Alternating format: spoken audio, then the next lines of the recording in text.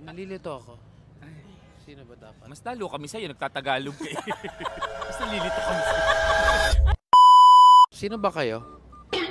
Ako po si Yobab. Eto na nga! Ako to, papa mo. Eto na! Ikaw, sino ka ba? Milkshake Pinoy. Napapanood ko to. Nagtatagalog yun.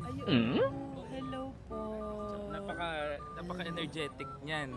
Anong ginagawa niyo dito sa Dubai? Ano po, nagbibili lang ng kung ano-ano kasi mura daw dito. Ako nang bubudo lang. Ba't tumatawa ka? Anong mas nakakatakot? Traffic sa EDSA o yung Arabong nagtatagalog? Yung Arabong nagtatagalog po, tapos hindi ngumingiti. Yung Arabong nagtatanong sa amin ngayon. What's the most fun you had in Dubai? Yung... Sa Jollibee po, masarap yung Jollibee nyo dito. Bakit ba ayaw mo is lapit yung ano mo, mic mo? Nalilito ako.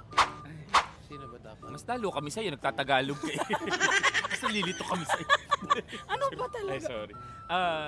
I had a lot of fun here in Dubai, but definitely not this part. Not the interview part. Anong advice mo sa mga kapwang Pilipino dito sa Dubai? Iwasan ka.